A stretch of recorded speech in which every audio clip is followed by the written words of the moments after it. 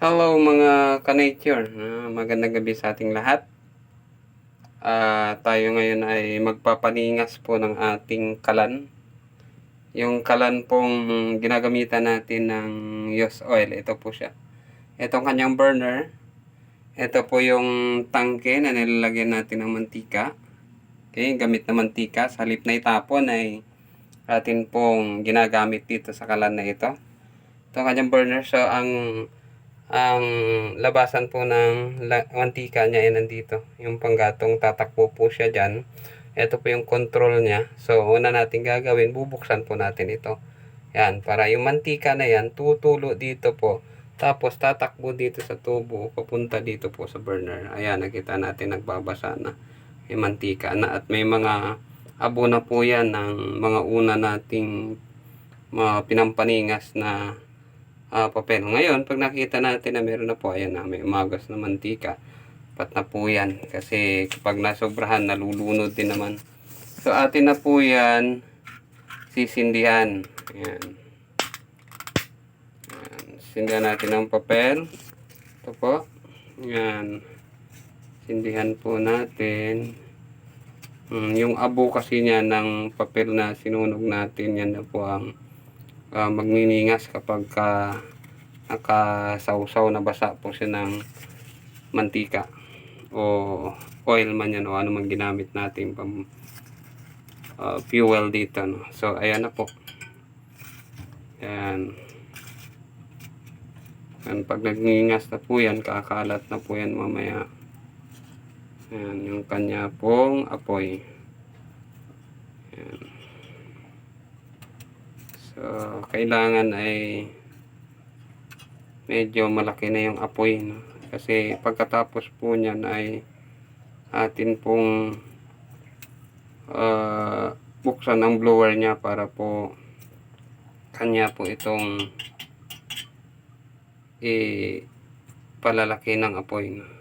So parang konti pang ating mantika, ayan, o yung ating pampaningas, dagdagan po natin, ayan.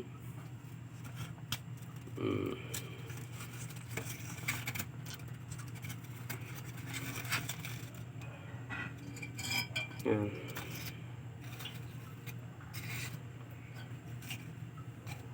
Okay, ayan. So kailangan kasi malakas, medyo malakas yung apoy pagka atin na pong binuksan ang kanyang blower para hindi mamatay. Ayan.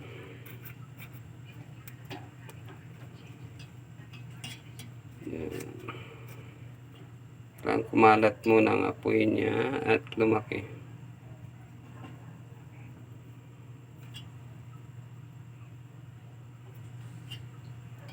Kulang pa dito, wala pang apoy bandang kabila.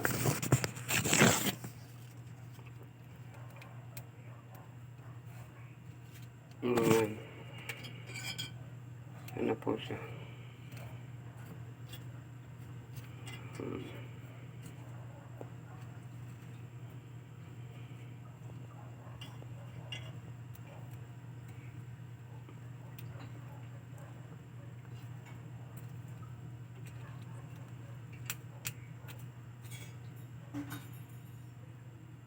Yan yung nagniningas na yan, yun po yung abo ng papel na nabasa po ng mantika.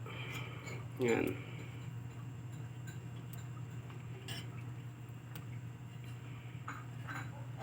Yung mainit na po yan. Yan.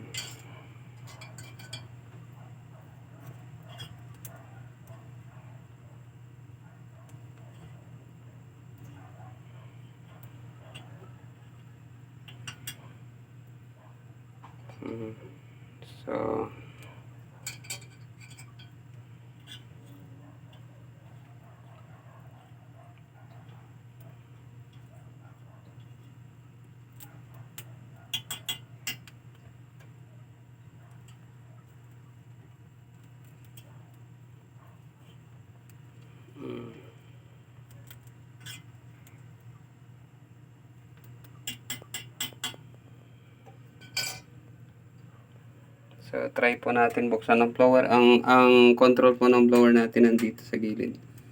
So, bubuksan po natin. Tingnan natin kung hindi siya mamamatay. Ayan po.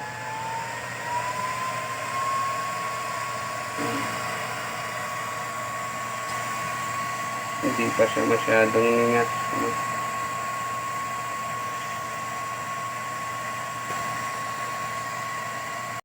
Ayan na po yung apoy ng ating kalan na binutungan natin ng mantika. So, isasalang na po natin itong ating takori.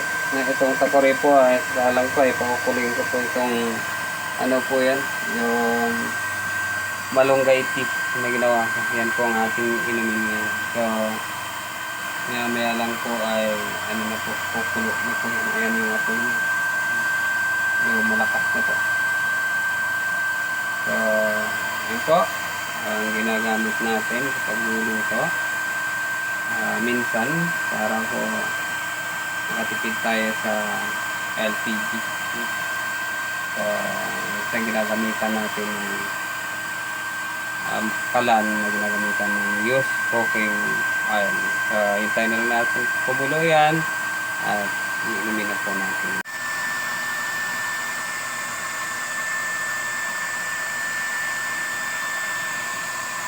Ayan na po, medyo pakulo na yan yung ating tinalang na takuri. Yung atin pong malunggay tea. Ayan, misingaw na yung usok. Ayan, pipito na yung takuri natin.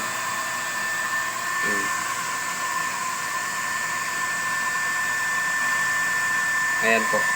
So, kulo na siya.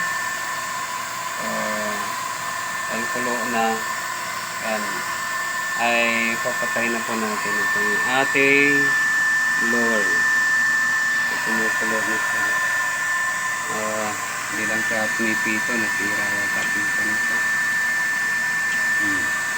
Pero sumisira ng usok. Sabihin kulo na siya. Kaya papatayin na po natin itong ating blower para po ang kanyang apoy ay mawala na rin. Kulo na kasi. Okay. So, ayan. Mamamatay na rin ang apoy niyan. Okay. So, thank you very much.